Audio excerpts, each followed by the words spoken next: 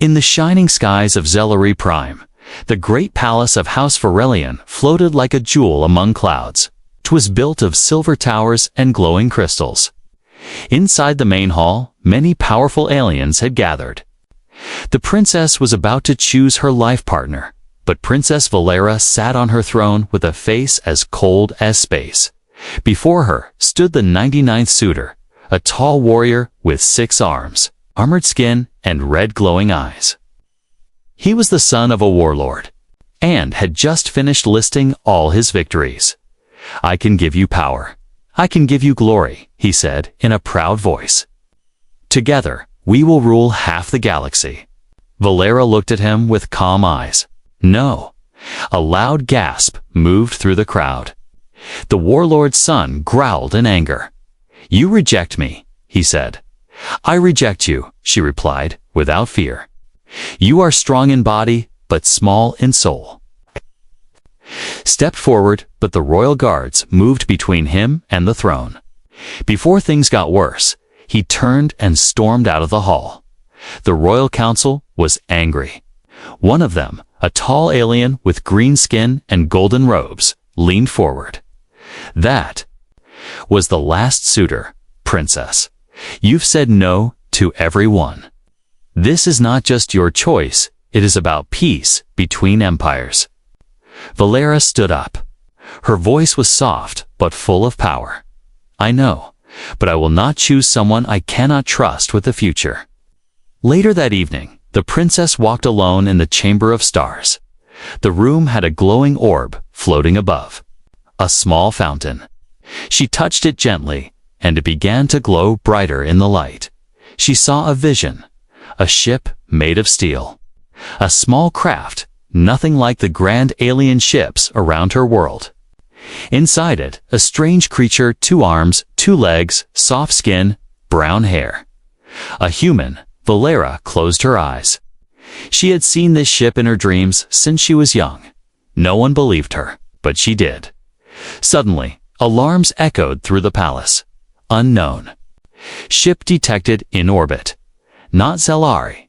Not allied. Valera turned toward the window and stared into the sky. Her heart beat faster. Could it be?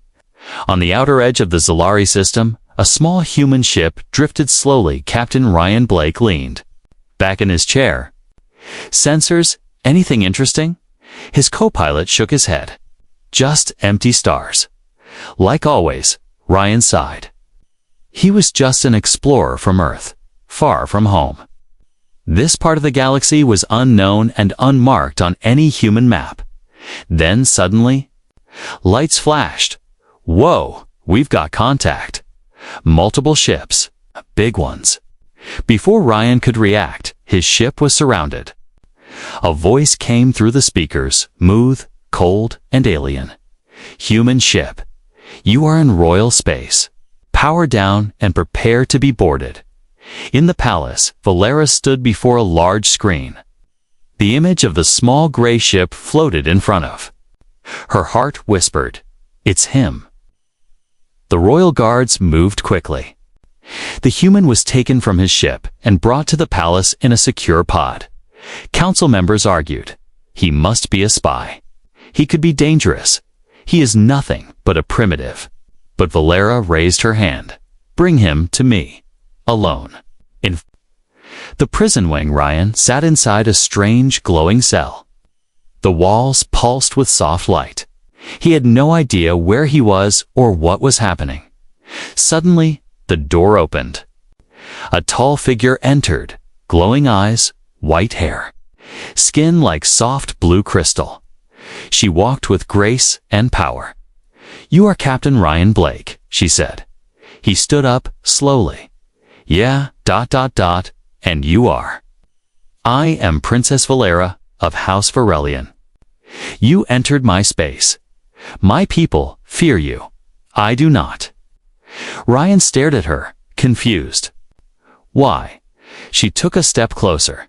"Because I've seen you. Since I was a child, I saw your ship in my dreams." He blinked. "I think you've got the wrong guy." Valera smiled slightly.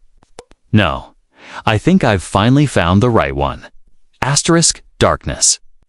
That was the first thing Ryan noticed inside the alien prison. Not the kind of darkness you find at night, but the quiet kind, heavy, unnatural. Like the room itself was holding its breath.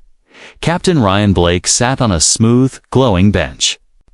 The walls of his cell were made of soft blue energy that hummed quietly. It didn't feel like a prison, but he knew better. He rubbed his head. Everything had happened too fast. First, the blinking lights on his ship. Then the giant alien cruisers. Then, nothing. His ship powered down without warning. Now, here he was. Trapped in a space castle built by beings who looked like living stars. He whispered to himself, "Nice going, Ryan. Fly a little too far. And you get yourself caught by space elves." On the other side of the palace, Princess Valera stood before a mirror, but she wasn't looking at herself. She was thinking about him, the human. The council had ordered his full scan. They had found no weapons, no tracking signals, no implants. Nothing strange. Yet, Valera's heart told her otherwise. She had seen him in dreams since childhood. A man from a world of oceans and green skies. His ship always arrived in fire, but he always survived. She thought it was just a vision, a story. But now, he was real, and he was here. She ignored the council's protests. Against all warnings, she ordered the human brought to her alone. Heavy metal doors opened. Ryan stood up as two glowing guards stepped inside. They said nothing. Just turned, expecting him to follow. "Sure, why not?" Ryan muttered. "Alas. See what the queen wants?" The halls of the palace shimmered with soft lights, stars painted into the ceilings, and strange floating orbs. Ryan felt like he was walking through a dream. Everything looked too perfect. Finally, he entered a large room round, empty, quiet. One person stood in the middle. Her skin glowed softly like moonlight. Her eyes were silver blue. She wore a long robe made of stardust silk. "Welcome, Captain Blake," she said. He blinked. "Ah," she smiled faintly. "I am Princess Valera, ruler of Zelari Prime, speaker of the stars, keeper of the flame." He raised an eyebrow. "That's a lot of titles." She nodded slowly. "And yet, I feel none of them matter right." Now, Ryan didn't know what to say. He had faced pirate lords, alien storms, and even a black hole once. But he had never met a glowing space princess who spoke to him like they already knew each other. "You entered my space," she said. "I didn't mean to. I was just exploring. Didn't know it was off limits." She took a step closer. "Oh, you were meant to enter." That made him pause. "Excuse me?" Valera walked to a small table. She picked up a crystal orb and held it up. Inside it, a tiny image appeared. His ship, spinning in darkness. "Years ago, I saw you in a vision when I was a child. I was told it was just a dream, but I remembered it. I waited, and now you're here." Ryan stared at the orb, then at her.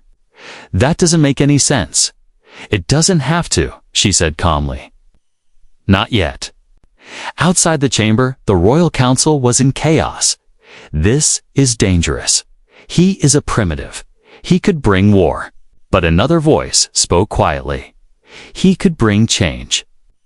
A figure in the shadows watched the scene unfold. Not a council member, not a guard, something else. It smiled, then disappeared into the walls. Back in the chamber, Ryan sat across from the princess. "So you think I'm some chosen one?" he asked. "No," she replied. "I think you are a piece of something bigger." She walked toward a large window showing the stars. "My people fear change. They hide behind old ways. But I believe the future will not be built by old hands. It needs something, new." She turned to him. "You're kind. Humans, you are." Wild, strange, and unpredictable. But you are full of fire. Ryan laughed nervously. We also spill coffee on keyboards. She didn't understand the joke, but she smiled anyway. Suddenly, a sharp alarm rang out. Ryan stood. That's never good. A voice shouted through the walls. The council has voted. The human is to be executed. Immediately. Ryan's eyes widened. You've got to be kidding me. Valera's smile disappeared. I will not allow it. She turned to him. Do you trust me? Ryan looked into her glowing eyes. No, but I trust that I don't want to die today. Valera lifted her hand. A hidden panel opened in the floor. Then, run with me, she said. Ryan looked down the tunnel, then back at the angry lights above. Well, he muttered. This got weird, fast. And together, the alien princess and the lost human ran into the shadows toward a future neither of them could predict. The underground tunnel was cold and narrow. Faint blue lights glowed along the walls, pulsing like a heartbeat.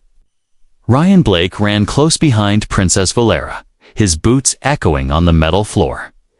This is insane, Ryan muttered. I woke up this morning thinking I'd eat freeze-dried eggs.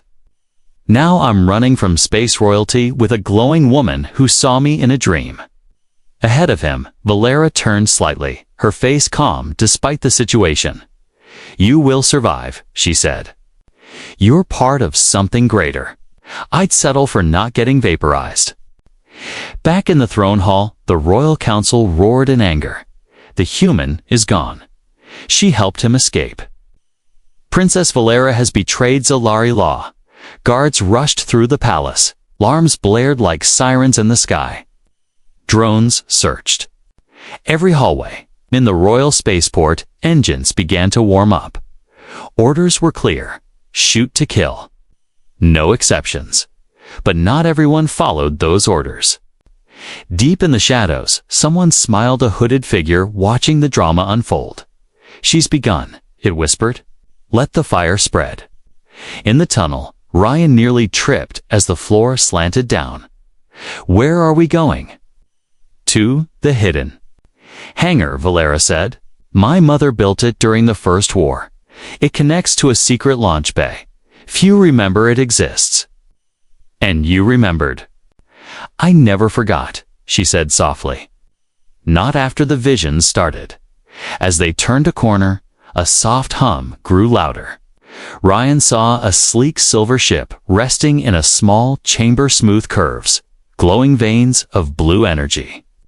It was unlike any vessel he'd seen before. Is that yours? It's mine now, she said, placing her hand on a glowing console. The ship powered up with a low roar. Outside, the main hangar was chaos. Security teams raced into position. Fighters circled the skies. In a high control room, a commander barked orders. Block every path. Target any ship that lifts off without clearance. A tech officer frowned. Sir, there's a signature we can't track. It's moving beneath the palace. Its commander's eyes widened. Find it fast. The secret launch bay began to open.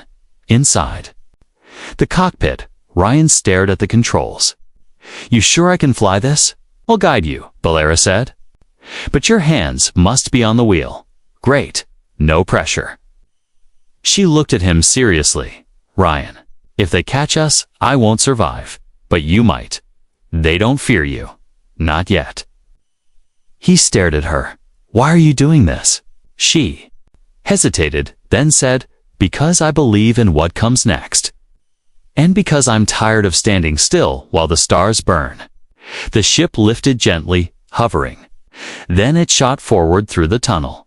On the surface, palace towers lit up with red warning lights. The hidden door opened near a cliff, and the ship burst into the sky like a silver arrow. The council saw it too late. Stop them.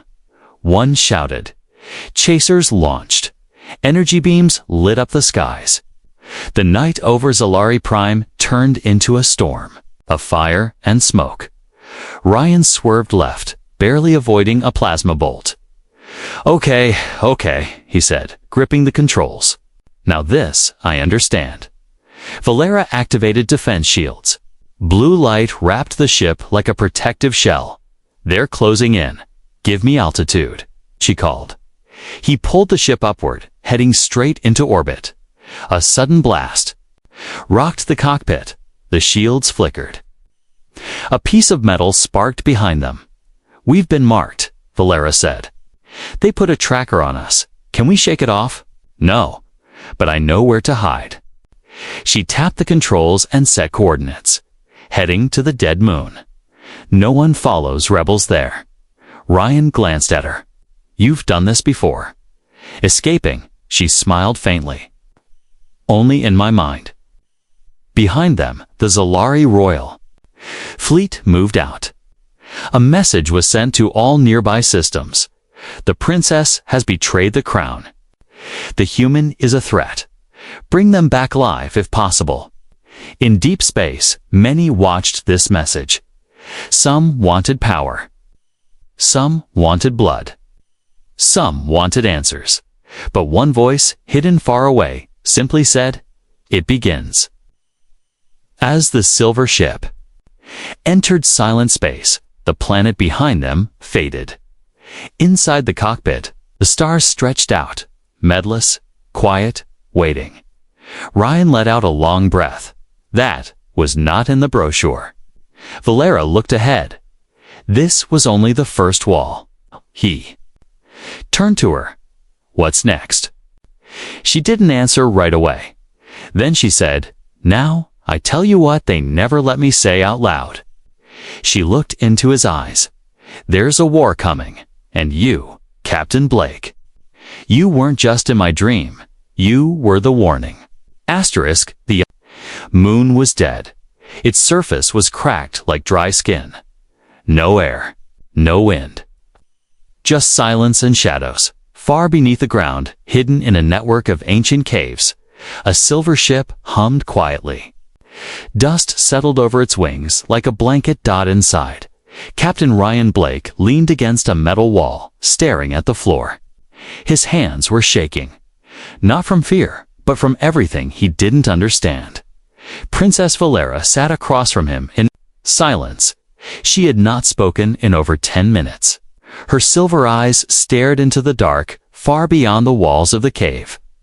Finally, Ryan spoke. "I need answers." Valera looked up slowly. "So do I." Ryan stood. "You said you saw me in dreams. Since childhood.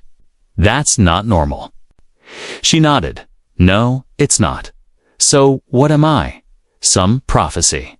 Some magic hero." Valera's voice was calm. "No. You are a crack in the wall. A sign that the universe is beginning to change." Ryan laughed dryly. "That doesn't help." She stood too, walked over to a console, pressed her hand on a panel. A hologram appeared, spinning stars, systems, lines of war and peace. "In my people's history," she began, "there were stories of a time before us. A race that touched every star. We called them the Architects." Ryan listened quietly. They left warnings, scattered across dead planets and broken moons. My mother was one of the only ones who believed them. The hologram changed, a ruined alien city, towers crushed, symbols glowing in the dust. She believed a great fire would return. A second collapse, one that would not spare anyone, not even the great empires. "And what does this have to do with me?" Valera turned to him, "Because the first signs were written in Earth's sky. Your people were never supposed to reach this part of space. You were ... off script." Ryan walked to the console.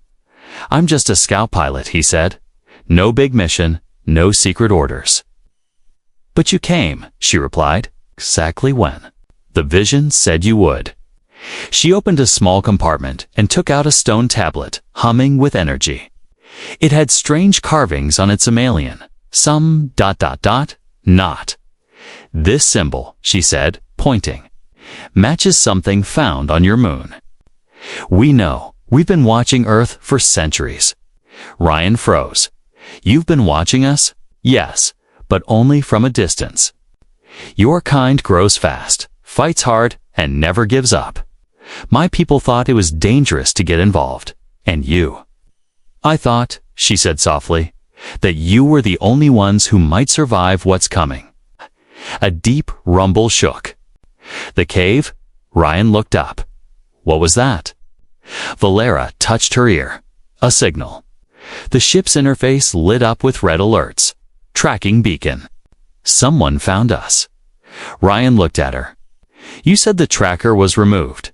It was, but someone wants us to be found. She looked troubled, her calm cracking for the first time.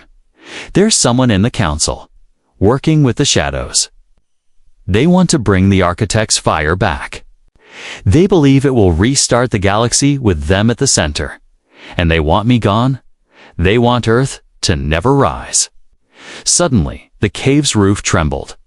Ryan rushed to the ship. We have to go. No, Valera said. If we keep running, we stay blind. What's the other option? She looked at the stars through a crack in the wall. We go to the Forbidden Zone. It's a place where the vision started. Isn't that like a really bad idea? She smiled faintly. Yes, but sometimes bad ideas are the only ones that work. As the ship lifted into the sky, scanners showed 2 destroyers entering the system. Inside one of them, a shadowy figure watched a screen. He wore the royal crest, but his eyes were wrong too dark. Too empty, he leaned forward. The princess thinks she's found her chosen star, he whispered. Let her chase it. When she returns, we will burn her. Light out. Far away, deep in forgotten space, an ancient machine woke up. Its surface glowed red. Its heart beat once slow, loud, dangerous. A signal spread across the stars.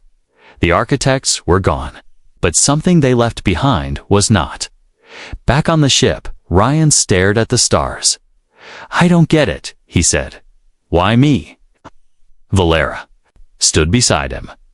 Because, she whispered, you're the only one who still asks that question. The stars felt heavier now, not because of gravity, but because war was coming. Above the gas giant Vernaxis, a fleet of massive ships floated like shadows.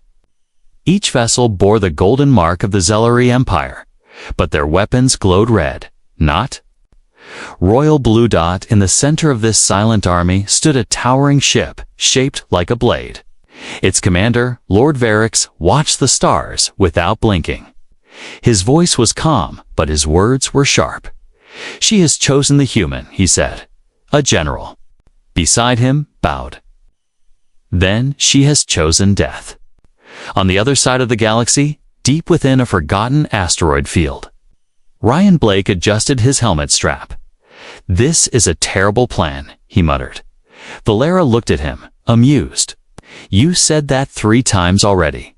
Yeah, and I'll say it again when we crash.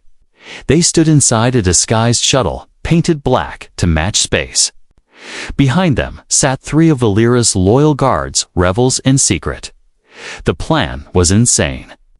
Sneak into the old listening post on Zalith 4, grab records from the hidden vault, and prove to the galaxy that someone in the Empire had awakened an ancient threat.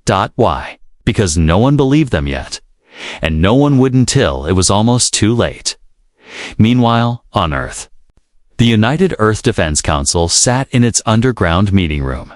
A hologram of Valera played her recorded message. You don't know me, but I know you. My people have watched you from a distance. You are stronger than you believe. And now, you are not alone. Some delegates laughed. Some stayed quiet. But one woman, General Tanya Reeve, did not blink. She's telling the truth, Reeve said. I've seen these symbols before, in deep Mars ruins. The same ones the Zelari tried to erase. Others frowned. You want us to trust a space princess? Reeve stood. No. I want us to prepare. Back in space, the shuttle reached Zia-4. Ryan stepped onto the rocky surface, blaster in hand. The cold air bit his skin through the suit. Inside the vault, ancient machines slept under dust. Valera placed her hand on the scanner. Access. Granted, they entered. Inside were holographic files, messages, and a sealed chamber glowing blue. Ryan walked toward it. What's this? Valera looked nervous. Something my ancestors feared too much to destroy. The chamber opened, and inside was a floating orb live with energy. As Ryan touched it, his vision filled with flashes. Alien. Cities burning. Stars collapsing. Humans and Zelari fighting side by side. Then, falling together, he gasped and stepped back. What was that? A warning, Valera said. Or maybe, it's a memory of what's coming. Suddenly an alert. Enemy ships inbound. The rebels outside were under attack. Zelari royal cruisers had followed them. The traitors in the council had predicted this move. We have to go, Ryan said, grabbing the orb. Valera nodded. If they catch us now, no one will know the truth. They barely made it back to orbit. The shuttle was hit twice, its engine smoking. Behind them, the enemy ships formed a blockade. Brace for impact. Ryan yelled. Then a miracle, out of nowhere, Earth's newest starfighter, the Eclipso-1 entered. The scene? It fired clean, sharp bolts of light, breaking a path through the enemy. Valera looked in awe. Humans built that. Ryan grinned. We build fast when scared. On the bridge of a secret rebel carrier, Valera played the stolen data for her. Allies, the evidence was clear. Someone in the Royal Council had activated an ancient weapon. Deep inside a system called Ekari. Nulla dead zone forbidden for 10,000 years. The weapon was not meant for protection. It was meant for reset. If we don't stop them, Valera said, they will burn half the galaxy just to rebuild it. Under their control, Ryan looked at the map, and Earth is right in their path. Back on the Zelari throne world, the shadowy traitor stood before a black mirror. The voice from the mirror spoke. The human remembers now. Yes, the traitor replied, but soon. It won't matter. He turned toward a dark chamber. Inside, something ancient was waking. It pulsed once, then again like a heart made of fire, on a quiet Earth base. General Reeves stared at the sky. Begin mobilization, she ordered. We may be late to the party, but we're bringing the biggest. Guns. And in the stars between them all, invisible drums began to beat. Not of music. Not of peace, but of war. Asterisk, the stars were no longer quiet. They screamed with fire. Across 3 systems Earth, Zelari Prime. And the dead zone Ekari Null ships moved like shadows. Weapons charged, alliances cracked, and fate itself began to shift. The war had begun, and no one was ready. In orbit above Earth, giant carriers hovered like islands in space. The United Earth Defense Fleet had gathered its best. Thousands of fighter pilots, engineers, AI tacticians prepared for a battle no human had ever trained for in the war room. General Tanya Reeves stood tall, her voice calm. Make no mistake. We're not just fighting for Earth. We're fighting for what comes after Earth. She looked at the star map, and we're not fighting alone. In deep space, hidden behind a shattered moon. Princess Valera's rebel fleet waited for the signal. Inside the bridge of her flagship, she watched the countdown begin. Ryan Blake stood beside her, wearing dark armor over his flight suit. Had stopped calling himself just a pilot. He wasn't just flying now, he was leading. You still believe this can work? He asked her quietly. I don't believe, Valera said. I choose. Choose what? To make a future worth surviving. Then came the sound everyone feared, A low hum, ancient, unnatural. On the edge of the Ekri null system, the forbidden weapon had awoken. The weapon part machine, part living star, began to open like a flower made of burning metal. From it came a red Weava signal that erased stars. Solar systems powered down. Moons cracked. Satellites turned to ash. It didn't fire missiles. It turned light into silence. Ryan stared at the readings. If that thing hits Earth, there will be nothing left, Valera said. He looked at her. Then we need to hit first. She nodded. All fleets move, and the sky caught fire. The battle of three worlds began in layers. Earth's fighters darted like starlings through space. Zellery loyalist cruisers defended the weapon like priests guarding a god. Valera's rebels pierced through the middle. Outnumbered but faster, Ryan flew at the front, leading a wing of human and Zelari ships. His voice came through the comms. Keep the formation. Dive and split. We don't win by force, we win by confusion. And they did. Enemy cruisers missed their marks. Rebel ships danced through fire. But the weapons still glowed, charging for one final release. Inside the weapon core, Lord Varix, now twisted by its power, laughed. They think unity makes them strong, he whispered. But only fire makes things new. He pressed his hand to the final trigger in the rebel fleet. A signal came through. Targeting core exposed for 43 seconds. Valera looked at Ryan. This is it. Ryan took a breath. I'm going in. The final run was chaos. Ryan's fighter moved faster than light around firestorms, gravity wells, and collapsing ships. Two wings followed him in. One by one, they were hit. I see it, he shouted. Target's glowing green spiral. From her ship, Valera locked eyes with the orb he carried, the ancient memory device. It started to glow, responding to the weapon. Drop it into the core, she said. Ryan dove. Missiles chased him. The sky blinked red, then dashed silence. The orb entered the core. For a moment, time froze. Then the weapon shuddered, then collapsed inward. Not in an explosion, but in grief. Like something ancient had chosen to end itself. The sky slowly faded from red to black. The weapon was gone. So was Lord Varix. But so were hundreds of lives.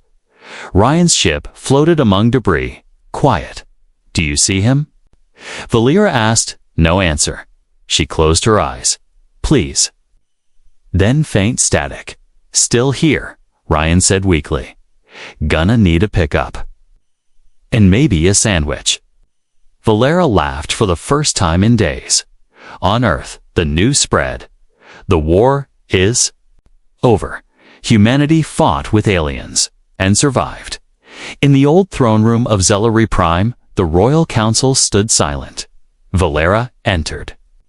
Not as a runaway, but as a queen. The old era is gone, she said. Now we build together. Or we fall, apart forever. Some bowed, some walked away, but no one dared stop her. Later, under a quiet star, Ryan stood beside her. You're a ruler now, he said, and you're still just a pilot. He smiled. Maybe a little more. She turned to him. The galaxy will never be the same. Ryan looked up at the stars. Good. It wasn't working anyway. Peace doesn't arrive like a trumpet. It comes slowly. Like dawn after a long, burning night and across the stars. The war was finally over. But something greater had just begun. The skies above, Zellery Prime, were quiet for the first time in generations. No warships. No alarms. Just stars.